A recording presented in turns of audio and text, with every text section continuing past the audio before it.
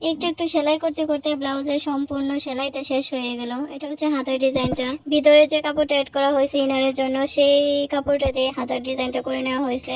আর ইনারের সাহায্যেই কিন্তু নেক ডিজাইনটা সেলাই করে নেওয়া হয়েছে। এটা খুবই সহজ, তাই এভাবে সেলাই করতে আমার খুবই ভালো লাগে। আর হাতার মধ্যে যে ডিজাইনটা করা হয়েছে সেই ডিজাইনটাই ব্লাউজের নিচেও রাখা হয়েছে। যেহেতু সামনে পিছে কোথাও বোতাম বা চেন এড করা হয় নাই, তাই এখানে বেল্টের ব্যবস্থা করা হয়েছে। যেহেতু এক্সট্রা কাপড় দিয়ে বেল্টটা তৈরি করা হয়েছে, তাই যে কাপড়টা দিয়ে বেল্ট লাগানো হয়েছিল ওই কাপড়টা একটু বের করে রাখা হয়েছে। আরো একটা ছোট বেল্ট এড করে দেওয়া হয়েছে যাতে ছোট বড় করা যায়। আর এভাবেই একটু একটু করে সম্পূর্ণ ব্লাউজটা সেলাই করা হয়ে গেছে আস্তে আস্তে। কোনো কাজ শুরু করার আগে মনে হয় কাজটা খুবই কঠিন হবে, কিন্তু যখন শুরু করা হয় তখন মনে হয় যে এই কাজটা এত সহজ। এই কাজের মধ্যে থেমে গেলে আসলে কিছুই করা হবে না, তাই একটু একটু করে সামনে এগিয়ে যেতে হবে, তবেই না কিছু একটা করা হবে। হয়তো বা খুব ভালো হবে না, কিন্তু তারপরও যতটুকু হবে ততটুকুই বা কম কি। এই ছিল আমাদের আজকের ভিডিওটা। টাটা।